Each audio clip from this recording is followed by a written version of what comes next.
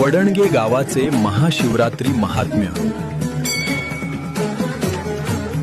प्राचीन काळात करवीर नगरीच्या बाहेर एक पवित्र जागा होती।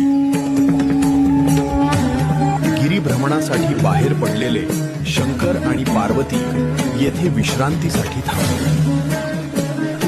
पहाटे कोंबड्याने आरवलं आणि अद्भुत घटना घडली। शंकर त्या ठिकाणाहून अदृश्य झाले। जागा अधिकच पवित्र बनली। त्या दिव्य स्मृतीसाठी येथे शिवळ पार्वतीचे स्वतंत्र मंदिर उभारण्यात आले। आजही करवीर नगरीत महाशिवरात्रीला आणि प्रत्येक सोमवारी भक्तांची मोठी गर्दी असते।